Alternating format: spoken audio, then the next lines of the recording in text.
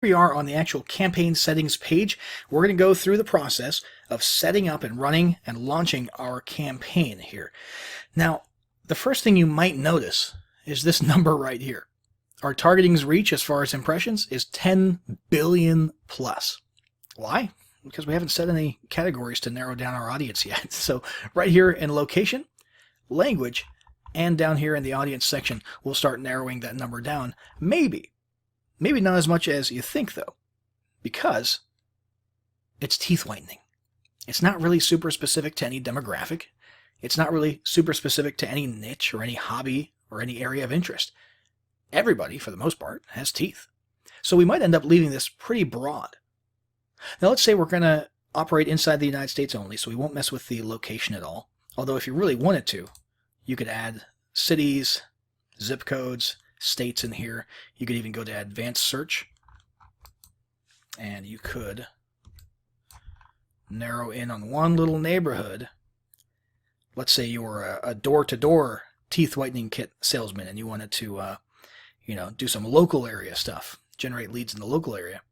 You could drop a pin right there inside of Lexington, and or let's say, this whole area here, and adjust the radius a little bit and target anybody within 10 nautical miles of, let's say, Shelbyville and Waddy in Kentucky there. So you can get pretty advanced with the locations. We're not going to do that, though, okay? It's teeth whitening kits. We're mailing them out to people, okay, in our little pretend scenario. And we'll just leave it to the United States at large. Let's come down here. Languages, we'll just stick with English because the ad is written in English. And language doesn't really have any more of an impact on our product or our ad. We want to focus on high-quality traffic right here. Or we could focus on clicks and impressions. Now, honestly, if we're selling things and we're not really selling anything super expensive, traffic quality doesn't really matter too much for something as basic as what we're doing. We're selling a normal priced teeth whitening kit. Okay. Now, if we were sort of trying to qualify leads, and sending them into an appointment settings apparatus or something like that, I would be more inclined to focus on high quality traffic. But I think everybody wants white teeth. And so we're going to focus on clicks in our case, okay? There's a bunch of other things you can choose here, by the way. Sometimes, depending on what type of ad you selected, you'll see conversion value or just plain conversions here. In this case, it's grayed out because we haven't set up conversion tracking as another feature within our AdWords account. But if you were to do that, you would be able to optimize here for conversions, which used to be the language, by the way. If you're wondering where that went, it's no longer what do you want to optimize for, it's what do you want to focus on, which I think was just a marketing decision made at AdWords. If you wanted to, you could manually set bids. I'm going to set it to automatically maximize clicks so that we're allowing Google and its algorithms to do all the work, and we're going to just see, after running that for a while, if we're happy with the results that we get. If we're not, we can always change it to manual. But let's trust Google, the almighty Google, and their algorithms for a while. And we're not going to set a CPC bid limit because this is our first campaign for this product. Again, make believe here. And we just want to see what happens first, and then we'll adjust bid limits or manual bidding later on if we want to. But if you wanted to, you could set this at $1, and as you can see here, it won't go beyond that bidding per click. And when we talk about bidding, we're utilizing the old standard auction strategy, which is very complex concept. It's difficult to understand, but you're basically letting the algorithm take over, and you're letting the algorithm know, hey, this is what I'm willing to bid. Okay. We're paying for clicks. Every time somebody clicks, we're paying for a click to our sales page. And let's see here. Budget. Now this is important, okay? Budget does not mean a cap on what you will spend each day, okay? It does not mean a cap. What it does is it takes the average. It says enter the average you want to spend each day. So whatever number you put here, it'll take that number and it'll basically average it out over the course of 30 days so that you will not have spent more than that number times about 30. Does that kind of make sense? So if you put 10 in here, you can expect about $300 to have been spent by the end of the month. Okay. And on, Monday, you might have only spent $5. on Tuesday, you might spend 20. Okay, it's important to understand that this could be double. Every day you could spend double what you actually put in this line here. Okay, but the average over time, after 30 days, will end up being this number times 30. Okay, so it's kind of complicated. It's a little bit confusing and misleading, but just understand that's what you're doing. So basically, come up with a monthly budget, divide it by 30, and put it right here. Okay, I don't even know why they choose to structure it this way. It's a little bit confusing, but that's what you're doing. A monthly budget divided by 30, and that's approximately what you're going to put right here. So let's go ahead and say that we're willing to spend, I don't know, $100, up to $100 per day, or roughly $3,000 per month.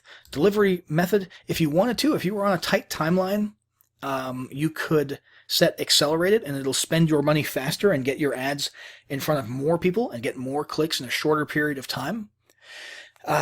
In our case, we don't have, really a tight timeline. We don't have a sales quota to meet by the end of the month. We don't have a specific product launch that ends on a given day. We don't have a live event or anything.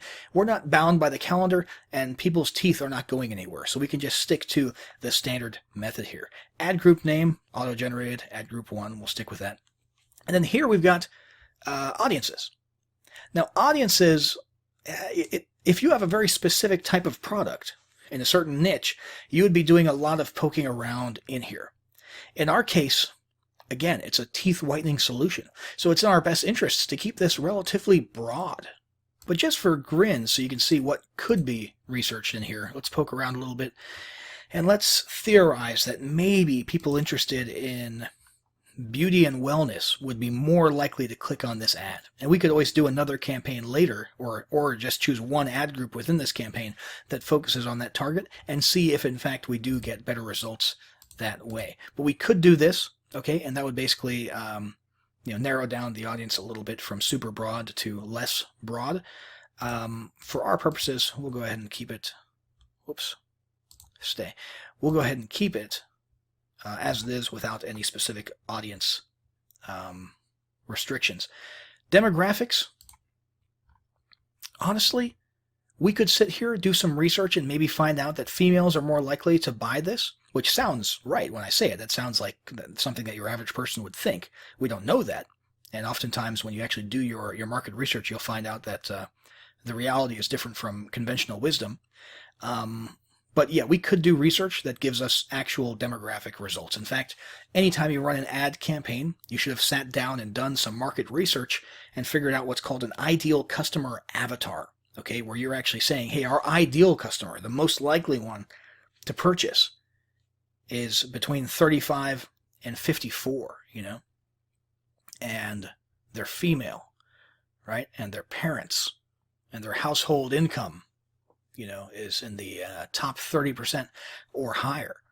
Okay. Now that I don't think really applies to us too much for this example. Number one, because we're pretending to be a teeth whitening company, so we don't actually have the the audience data.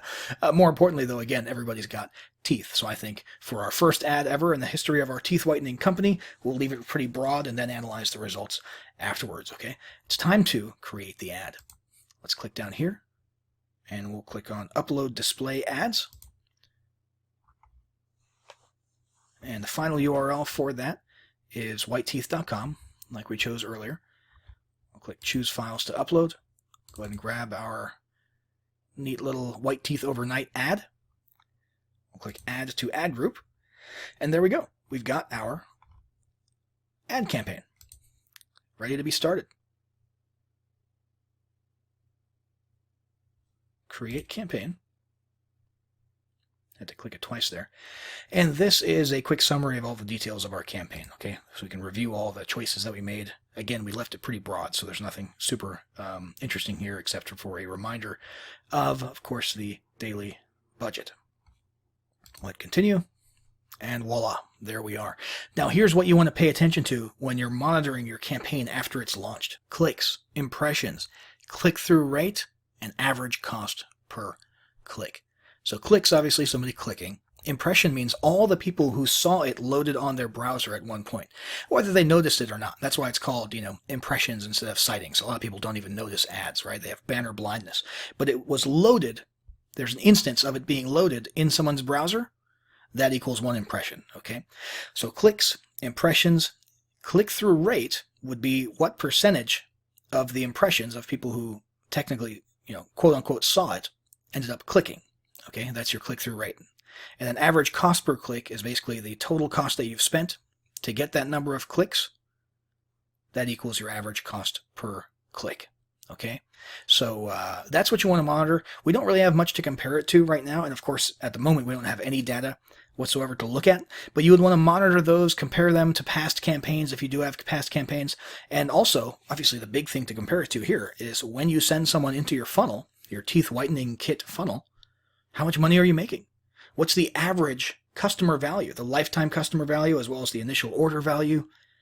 And if those numbers don't jive, meaning if the expense per click outweighs the average amount that you make from bringing on a customer, obviously you need to get back into that campaign settings page and start tweaking things a little bit and try to get that number down as much as possible. But that's it, guys. We've gone through the whole process of creating a visual, nice display ad, setting it up with all the various parameters, and finally launching it.